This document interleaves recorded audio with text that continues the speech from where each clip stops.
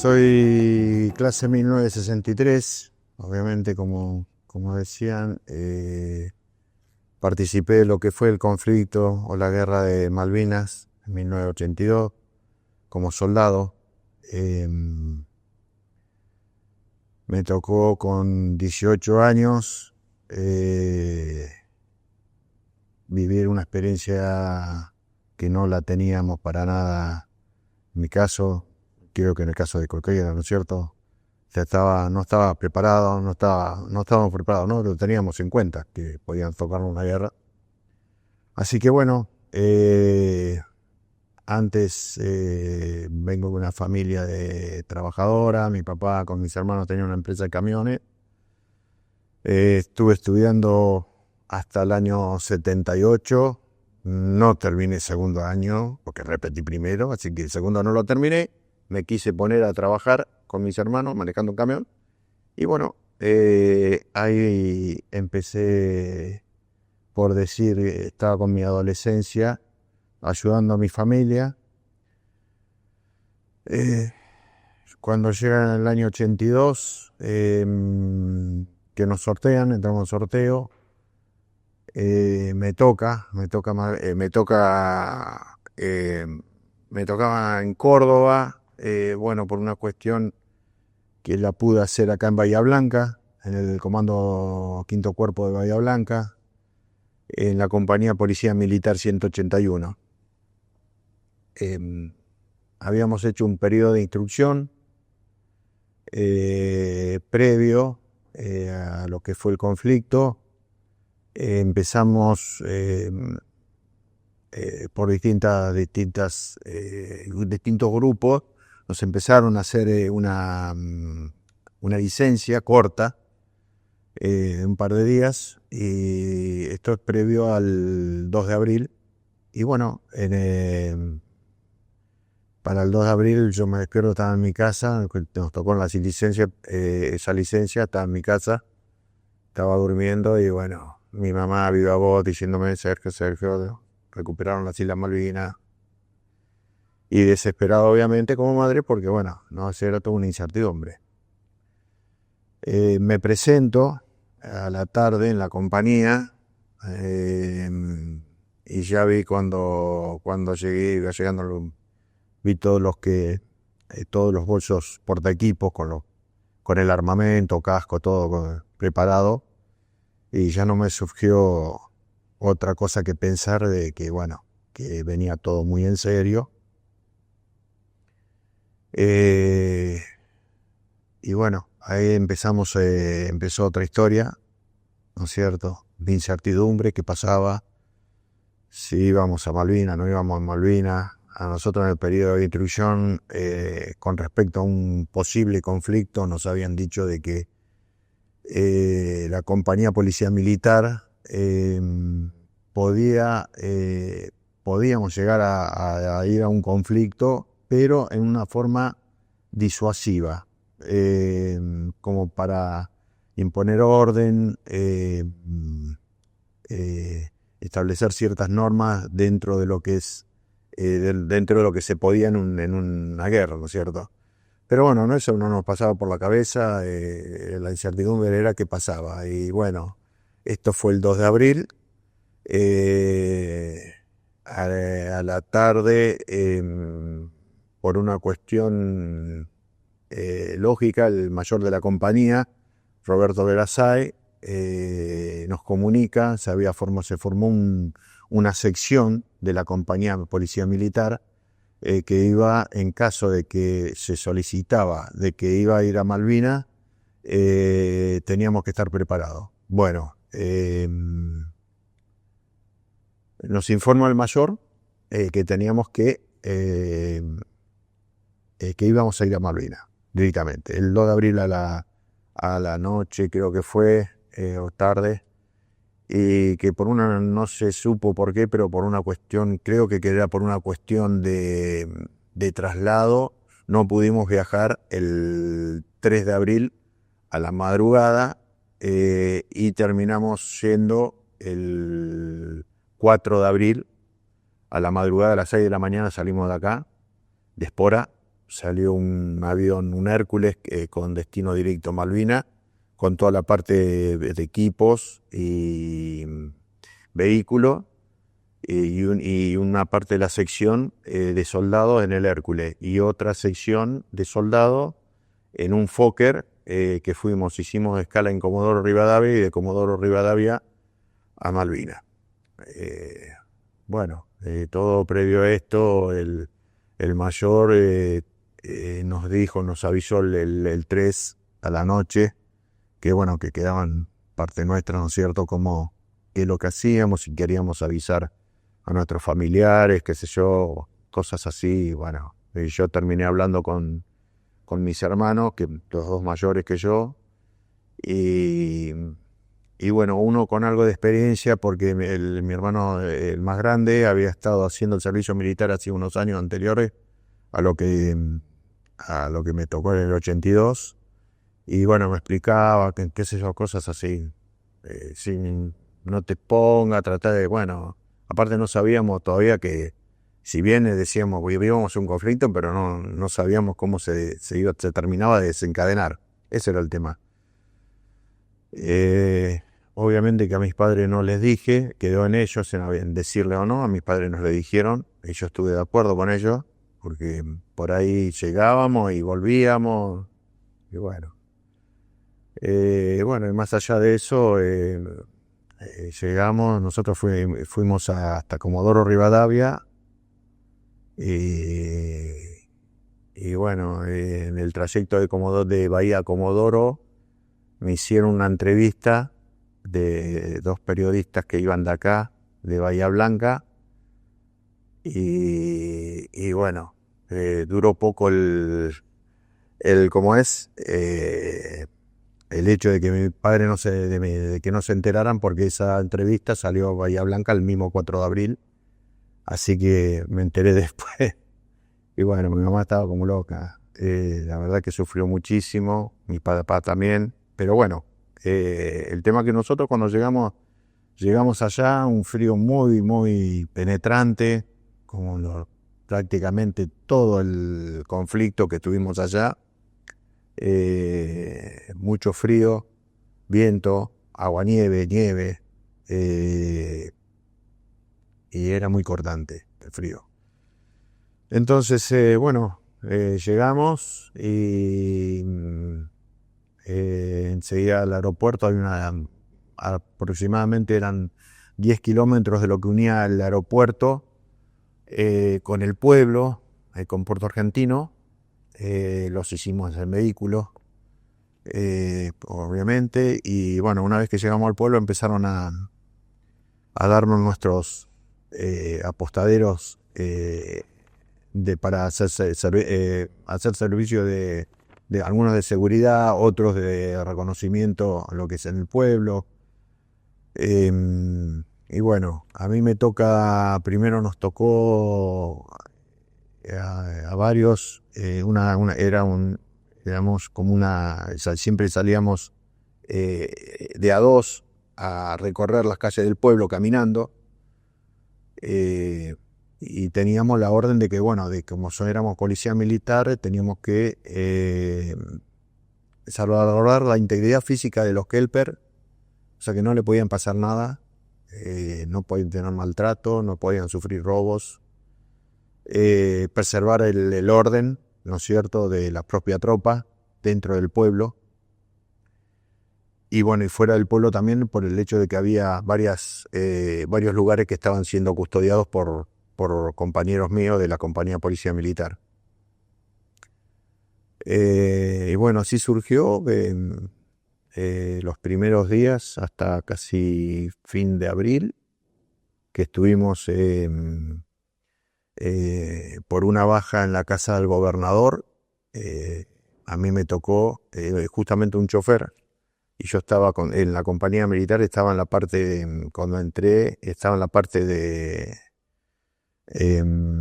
¿cómo es? De taller mecánico, no. Bueno, ahora no va a salir la palabra. Estaba, bueno, junto con el tema de vehículos, en el parque automotor.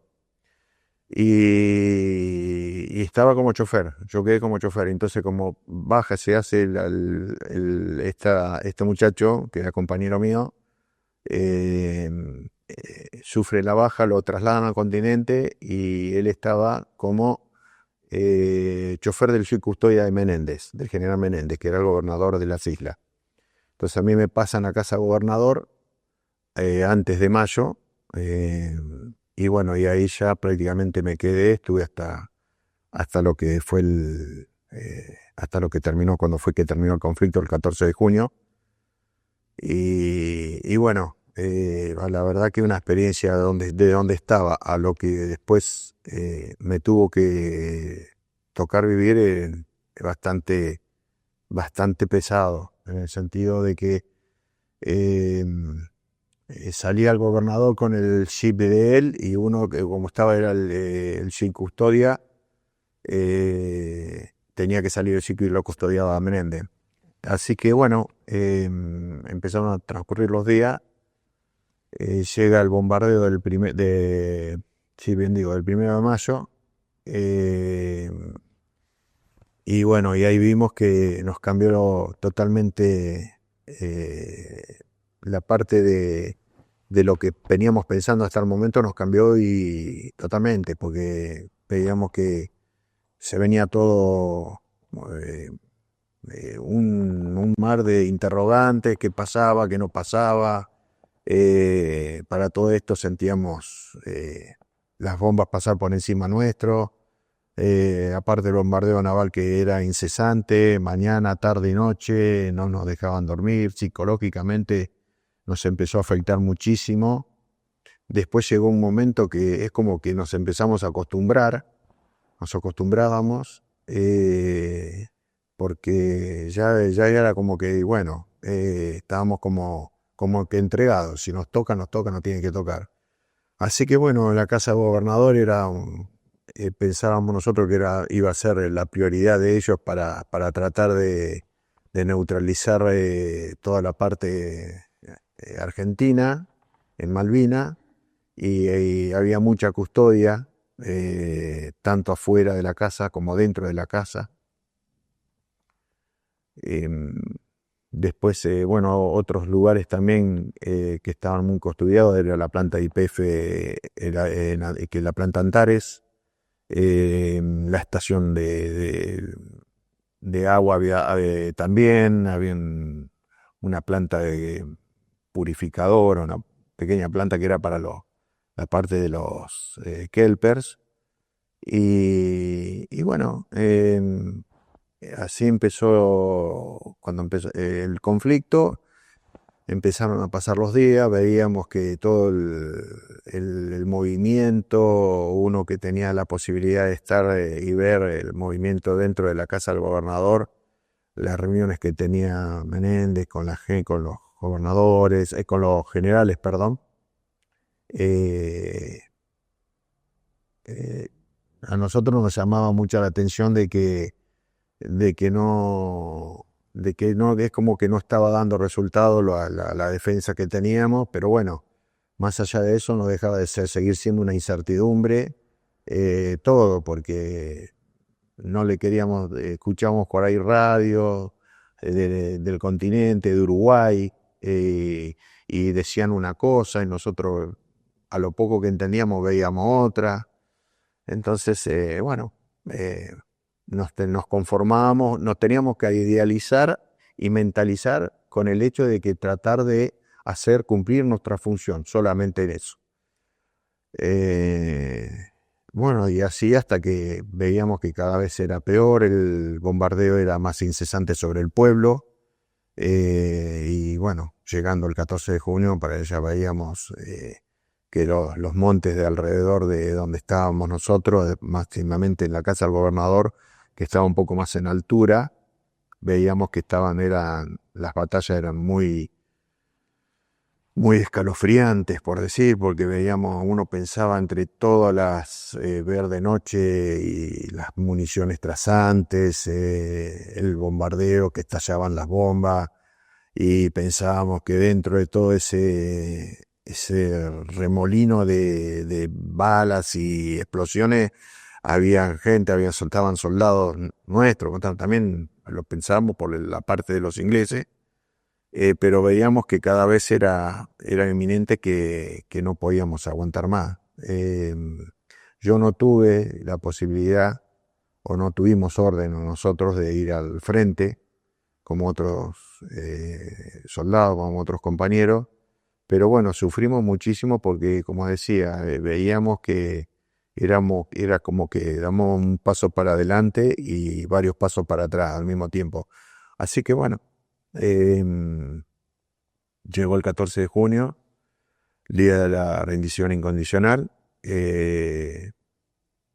Menéndez no quiso permitir seguir luchando más, porque veía que era todo muy... no había, de la parte argentina, no, de los soldados no quería exponerlo más a las masacres, a seguir teniendo bajas. Así que, bueno, se firmó la rendición condicional. Después estuvimos en el pueblo, la compañía fue la última en salir. Pasaron todas las tropas, muchos se embarcaban enseguida en barcos ingleses, otros pasaban a la zona del aeropuerto, que es donde habían establecido los ingleses una suerte de campo de concentración de prisioneros en la zona del aeropuerto. Y bueno, nosotros vimos pasar a todos, y bueno, los últimos, por decisión de la propia comandancia de los ingleses, acordaron, como ellos no tenían en ese momento compañía militar police, como le dicen ellos, decidieron en que nosotros nos teníamos que quedar hasta último momento, hasta que salieran todos los argentinos, y la compañía de policía militar iban a ser los últimos, para seguir siempre con lo mismo. O sea, que tanto ni tropas de ellos ni de la nuestra cometieran algún tipo de ilícito o algo, o disturbio. Así que bueno, cuando pasaron todas las tropas nuestras, los compañeros, todo, nosotros nos dieron la orden de desalojo, y nos fuimos también para la zona del aeropuerto. En la zona del aeropuerto creo que estuvimos un día durmiendo en carpas, en las carpas que obviamente a la intemperie, con carpas de campaña. Y después volvimos otra vez al pueblo, caminando. Y en el pueblo ya, bueno, nos metieron en unos galpones. En los galpones no nos daban de comer, o sea, dejaban salir algún grupo de soldados para que busquen comida en otros galpones, que habían latas de conserva, de dulce de batata, por ejemplo, de membrillo. Entonces traían, agua no nos daban, teníamos que tomar... la mayoría, me incluyo, en caso mío, lo hice, agua de lluvia. Cuando llovía tomábamos agua de los charcos, porque no nos daban agua. El agua que había en lo que es en la parte del pueblo la habían predestinado pura y exclusivamente para los kelpers. Y bueno, y así volvimos. Nos embarcaron en el buque Norland, a toda la compañía, bueno, con varios más, de otras distintas compañías. Nos subieron en el buque. Bueno, obviamente a medida que nos revisaban y todo, tuve yo en el ship mío habían montado una ametralladora, y siempre nosotros estábamos en contacto con el arma, porque siempre salía yo con un suboficial. Yo manejaba un suboficial, y el tirador, el que manejaba la ametralladora. Y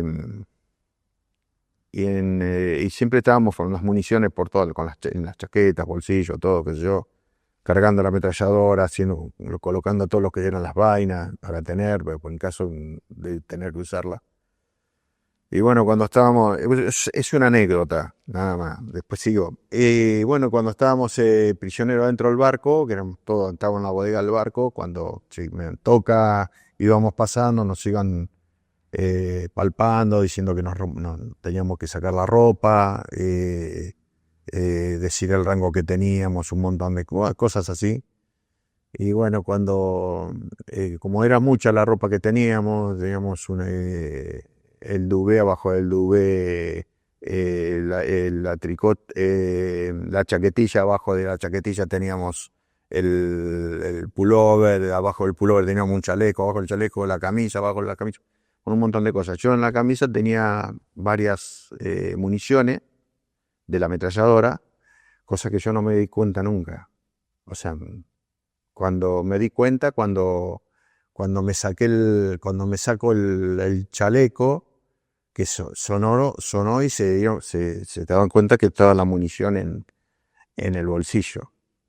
Y bueno, pasé un momento bastante desagradable porque me empezaron a apuntar con todos lados, con las ametralladoras, los que estaban ahí. Y empezaron a decir, claro, me metieron la mano, me metieron la mano al bolsillo, saca, y claro, tenían las municiones de la ametralladora, y no era una o dos, era un montón. Y bueno, y justo aparece un traductor inglés que estaba con otro oficial inglés, no lo reconocí qué tipo de oficial era. Bueno, empezó a hablar mío, yo le expliqué cómo era la historia, qué sé yo, que bajo ningún punto de vista no tenía necesidad, bueno, quedó ahí. Pero la verdad es que en ese momento la vi bastante fea.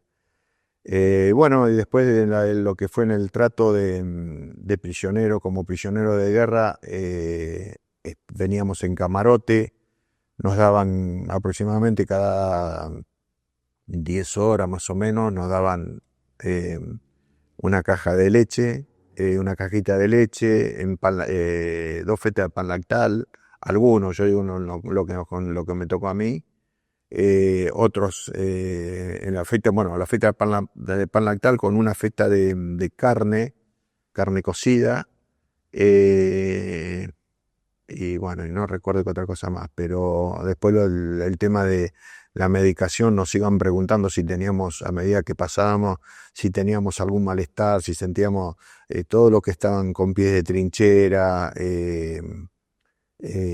o un malestar estomacal por indigestiones de comida o mal comido o desnutridos, cosas que lo que sentían los apartaban y los atendían ellos mismos, lo atendían en el barco, tenían una sala médica eh, bastante importante y los fueron atendiendo. Y bueno, y así hasta que llegamos a Puerto Madryn. En Puerto Madryn desembarcamos y es el día que nunca lo vamos a olvidar, el famoso día en que Puerto Madryn se quedó sin pan, que fue el día que llegamos nosotros, que todo Madryn aportó pan para darnos a medida que bajábamos de los camiones, o sea que bajábamos del barco, nos iban entregando pan, nos iban dando galletitas, la gente que podía, ¿no es cierto? Porque regresamos, si se quiere, una vez que pisamos la tierra, el continente, eh, era como que teníamos que pasar lo más desapercibido posible. Entonces, bueno, ese día quedó como que el día que se quedó Puerto Madryn sin pan. Así que, bueno, de ahí de Madrid bajamos en el puerto de Alvar, recuerdo, y de ahí de Madrid nos trasladaron a la base aérea de Trelew, y en Trelew nos mandaron a Buenos Aires, a Campo de Mayo, en un avión, eh, a toda la compañía. Eh, Llegamos a Campo de Mayo, eh, y bueno, ahí estuvimos una semana, y como es, aproximadamente una semana era donde nos pudimos bañar, nos dieron ropa, comimos, y bueno, ya después volvimos otra vez, nos mandaron en un tren para acá, para Bahía Blanca. Sergio, te interrumpo con una Sí, preguntita. No a Malvinas al momento de la guerra. ¿Vos mantuviste vínculo por carta con tu familia, con tus hermanos? ¿Recibiste cartas de otros? Contanos un poco de eso. Sí, recibimos seis cartas de mi familia, obviamente. Si ya ellos sabían, mi mamá más que nada sabía que del primer día, del 4 de abril, ya sabía que estaba allá, que íbamos para allá. Sí, recibí carta, pero no, era algo muy... eh, al principio era como...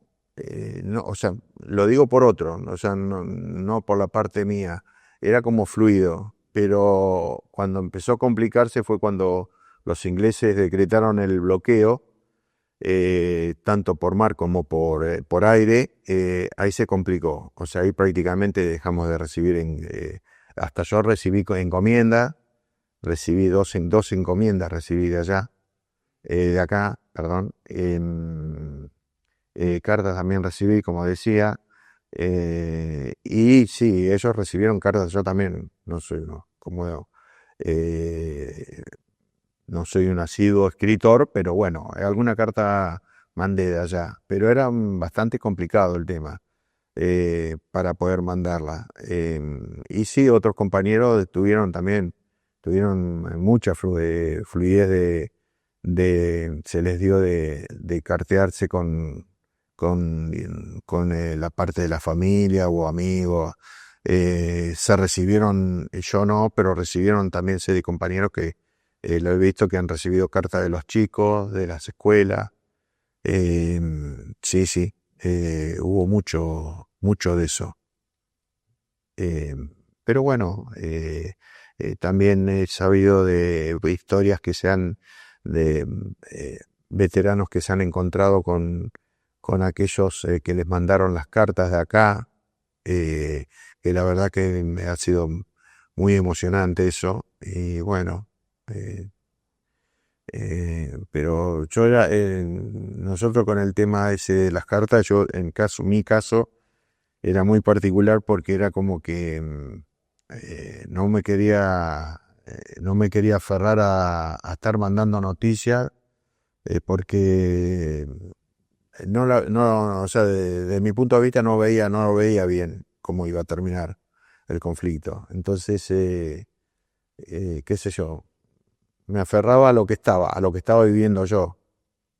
Y bueno, eh, así que bueno, después, obviamente, cuando las cartas, por H o por B, pues hemos tenido mudanzas en mi casa, en el caso nuestro, en mi vida, varias cartas las perdí, eh, pero bueno, son todos recuerdos que uno lleva adentro, ¿no es cierto? Saber de que, bueno, que mi mamá me escribió, bueno, amigos míos también, uno que ese grato recuerdo, ¿no es cierto? Que se sentía y sentíamos se sentía el apoyo del pueblo argentino, se sentía mucho ya. Pero bueno, eh, una cosa es, una cosa es decir y otra cosa es estar allá y ver que no era tan cierto como nos exponían a nosotros, que íbamos ganando, qué sé yo. En mi punto de vista lo estoy hablando, ¿no? Eh, Así que bueno, no. Quedó reflejado después, bueno, del momento que cuando volvimos medio, como lo decía, eh, como que venimos tapados, veníamos sin, sin decir, bueno, pasar lo más rápido posible, como que dar vuelta la página y seguir como estábamos antes. Y bueno, y no, yo pienso que a mí empezamos a madurar y a medida que fuimos creciendo nosotros, es como que empezamos a ver todo lo que habíamos vivido, porque en el momento mucho, está bien, obviamente, los que perdieron la vida, compañeros que quedaron allá, que son los que velan por todos nosotros, ¿no es cierto? Ellos no lo pueden contar, pero bueno, es los que volvimos, en cierta manera, y hay muchos de que yo no me puedo poner a la altura de ellos, pero hay muchos que están haciendo el acto de malvinizar, más que nada por el hecho de los que quedaron allá, de la impronta de los que, decir, eh, dieron su vida, ofrendaron su vida por la patria, ¿no es cierto? Así que bueno, fue algo muy duro para todos nosotros. Máxime que la mayoría teníamos todos 18 años. Había soldados de la clase 62, pero la mayoría éramos todos 63, 18, 19 años recién cumplidos teníamos. Eh, y bueno, se nos presentó esto que en nuestra adolescencia eh, no lo teníamos ni por las tapas, eh, de que lo podíamos llegar a vivir. Así que bueno. ¿Querés contarnos cómo fue cuando llegaste de nuevo a Bahía, el vínculo con la gente que conocía, con la gente en general? Bahía, lo poco, o sea, nosotros cuando yo tuve la oportunidad, por intermedio de un subteniente que era de Buenos Aires, el de Trelew avisó a Buenos Aires, a las familiares de él, de que estábamos yendo para Campo de Mayo. Los familiares de él, la madre, que en cierta manera los padres de este muchacho, de este subteniente, eran conocidos no, se habían tratado en alguna oportunidad con mi mamá, tenían el teléfono y le avisaron a mi mamá de que nosotros ya estábamos yendo para Buenos Aires. Entonces mi mamá, había un grupo de los de acá de Bahía que mi mamá, que algunos conocía, se empezó a contactar y entonces estaban todos atentos a ver qué pasaba. Se comunicaron por teléfono y bueno, cuando nosotros salimos de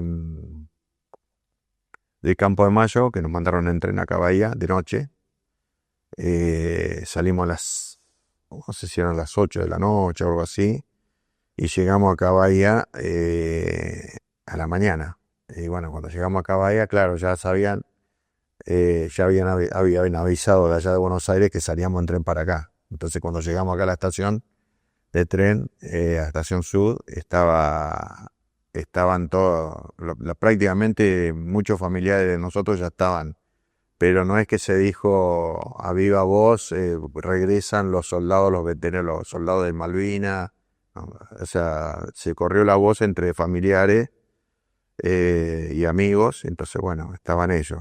Y bueno, llegamos acá y nada, nos recibieron, bueno, lo que es todo, obviamente, ¿no es cierto? Lo que nos subieron los camiones directamente a la compañía, y ahí en la compañía cuando llegamos a compañía, nos dieron una licencia, creo que fue, sí, una licencia, nos dieron la ropa de civil y ahí nomás nos largaron. Y bueno, sí, obviamente, después ese fue ya la posguerra, fue otra batalla para nosotros, otra batalla bastante dura hasta el día de hoy, más allá de que muchos pudimos conseguir trabajo, muchos pudimos relacionarnos, hablar, hubo otros tantos que no, que callaron, que llegaron a otras instancias, y bueno, pero en sí la gente de Bahía Blanca, al principio no entendían y nos veían, nosotros lo analizamos y por ahí, sí, y siempre la que por ahí escuchamos y con ustedes, con chicos, nos mandan a los chicos a la guerra, los chicos en la guerra, y nosotros demostramos y es lo que yo hablaba antes, que después de 30 y pico años, yo era como que me menospreciaba por el hecho de que no haber, de haber estado en Malvinas y que no haber tirado un tiro, no haber usado el fusil, ni haber usado la pistola, ni el ametrallador que tenían en el jeep. Eh, y yo digo, ¿qué soy? No puedo ponerme a la altura de un compañero que estuvo en Tumbleton, en Monte Harry, en Dos Hermanas, en Pradera del Ganso, que estuvieron en la lucha cuerpo a cuerpo, que los tuvieron, que murió allá, o que se salvó de casualidad, que los veía los ingleses cara a cara. Y, y otro veterano de Buenos Aires me dijo, hablándolo con él, me dijo, dice, mira, dice, vos fuiste y cumpliste una función. Nosotros fuimos y cumplimos otra función. Vos no podés menospreciarte, vos tuviste y la función que vos te dieron la cumpliste al pie de la letra. Y nosotros también.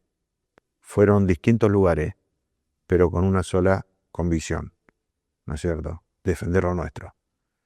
Así que no te menosprecies ni te sientas mal. Y bueno, ahí por ahí, entonces, pero pasaron un montón de años para llegar a entender eso, ¿no es cierto? Así que bueno, agradezco infinitamente las charlas que tenemos, porque la mejor terapia para nosotros siempre fue, más allá de hablar con un psicólogo, con un psiquiatra o con un amigo, un hermano, un padre, una madre, siempre fue la mejor terapia fue entre nosotros mismos. Contarnos nuestras experiencias, decir, ¿te acordás que esto, que lo otro? Sí, y ahora viéndolo en un punto de vista un poco más distendido, ¿no es cierto? Porque obviamente pasaron los años, pero nos puede fallar un poco la memoria, pero todo lo que vivimos, la gran parte de lo que vivimos la llevamos muy adentro nosotros. Entonces la gente al principio era como que no nos entendían, como que nos veían de costado, nos veían, muchos nos cerraron puertas, los trabajos no se daban como nos habían prometido, y bueno, y cada uno empezó a pelearla como pudo. Esa es la verdad. Por eso decía que hay muchos que recurrieron a- con otras, eh, con otras cosas. Y bueno, yo pude superarlo porque, bueno, yo ni bien llegué, seguí trabajando con mis hermanos y mi papá que seguían teniendo la empresa de camiones. Después, bueno, formé familia, me casé. eh, Siempre, o sea, era como que pude conseguir un trabajo. Bueno, lo decía anteriormente porque con el tema del trabajo se nos ponía muy difícil a nosotros. Eh, de un trabajo me sacaron, me dieron de baja por el hecho de que como que presentaba que tenía síntomas de guerra y como que era un loquito, y bueno. Pero bueno, después pude conseguir otro trabajo estable y después otro, y bueno, ya después eh, la pude pelear bastante bien. O sea, siempre se dio el hecho de que uno eh, puede hablar de Malvinas, si bien en mi caso me sensibilizo mucho, y a todos nos pasa, los que estuvimos allá, eh, que hay un momento que nos toca, hay algo que nos toca muy adentro. eh, y yo me acuerdo que cuando íbamos para allá, el mayor, en muchas cosas, han hablado de oficiales eh, que a ver, que no se jactaban por los soldados, qué sé yo, que tuvieron que por nosotros teníamos el jefe de compañía nuestra, que era el mayor Roberto Verazay. A nosotros nos quería como si fuéramos los propios hijos. Eh, lo digo yo y lo dicen un montón de soldados que estuvieron allá. Entonces cuando íbamos me acuerdo cuando íbamos llegando en el avión que íbamos llegando a Comodoro, eh, saca una, saca una caja de, no me acuerdo si eran bonobono o chocolate, que después fue la discordia. Es la discordia el día de hoy en el grupo de los que estuvimos allá. Discordia en el buen sentido, ¿no es cierto? Eh, y dice, bueno, esto se lo manda mi señora para todos ustedes, qué sé yo, claro, pero era una parte que íbamos en ese avión, la otra parte iba en el Hércules. Y bueno, y bueno, y ahí empezó todo. Desde entonces quedó una historia de los que íbamos, los preferidos que íbamos en un avión y los otros que iban los desterrados, por decir que iban en el Hércules, en el otro avión. Entonces, pero nos quedan cosas así, anécdotas así de que son las buenas anécdotas, ¿no es cierto? Que nos hace siempre nos interesa sacarla a la luz para que la gente, y contarle a la gente cómo fueron las vivencias nuestras allá, que no era tampoco algo malo, los tratos ni nada por el estilo. Así que bueno, sí, llegamos acá y bueno, a Dios gracias, bueno, como decía, comentaba, pude hacer de mi vida bastante bien. Tuve un duro golpe en algún año después de Malvinas, en el año 83, mi papá fallece. Eh, y bueno, yo quedamos con mis dos hermanos que eran mayores que yo, y mi mamá y yo, y bueno, y a seguir peleándola. Eh, y bueno, sí, y nos costó un montón, pero bueno, yo pude, como decía, pude formar mi familia. Eh, Doy gracias en su momento que distintos gobiernos que pasaron nos ayudaron en cierta forma.